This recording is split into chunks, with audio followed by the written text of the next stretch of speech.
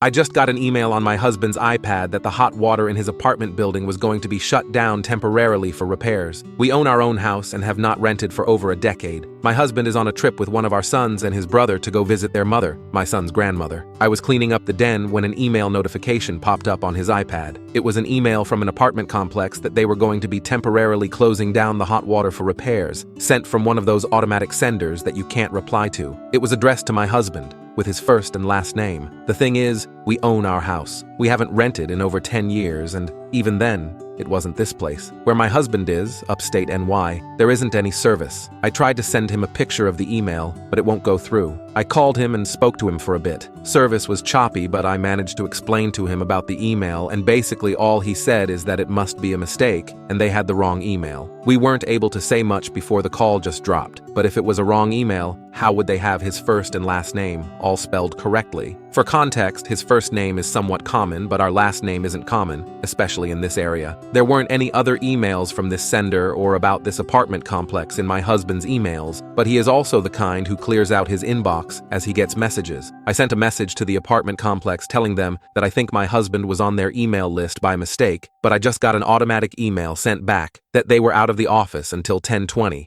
And then general rent information pricing, and that there were no open units available. There was no unit number on the email, but the complex is about 15 minutes away from our house, so I went and I drove by, which I guess might be a little crazy, I know. I didn't see anything, not like I knew what to expect. It's a group of buildings, less than 100 apartments in all. I don't have any reason to mistrust my husband, other than this weird email that gives me a strange feeling in the pit of my stomach, as well as a general feeling of paranoia that he's just been bored with me. I've been feeling this way for a little while, but he insists I'm imagining it and that he's happy. I only brought it up to him once, when I was feeling particularly insecure last year. We still do things together, he still tells me he loves me, etc.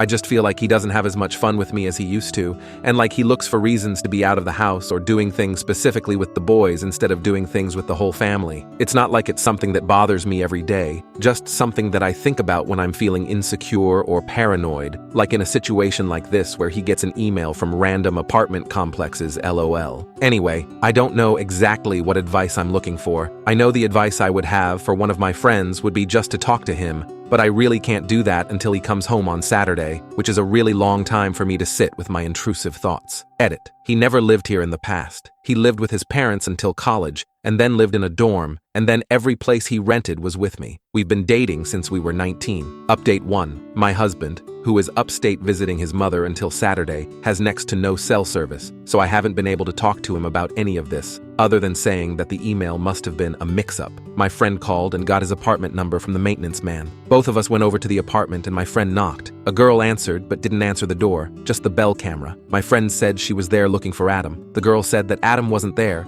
but wouldn't give her more information than that, which I get. My friend was just a total stranger at her door. When we left, I could see her looking out the apartment window at us. I tried to call my husband 1,000 times yesterday, and nothing went through. The few times the call did pick up, the service was so bad you could barely hear anything. So I'm headed upstate to confront him in person. I have a copy of the email, as well as a photo of the apartment, as well as a recording of the girl saying that Adam wasn't there, which is a confirmation to me that she knows him.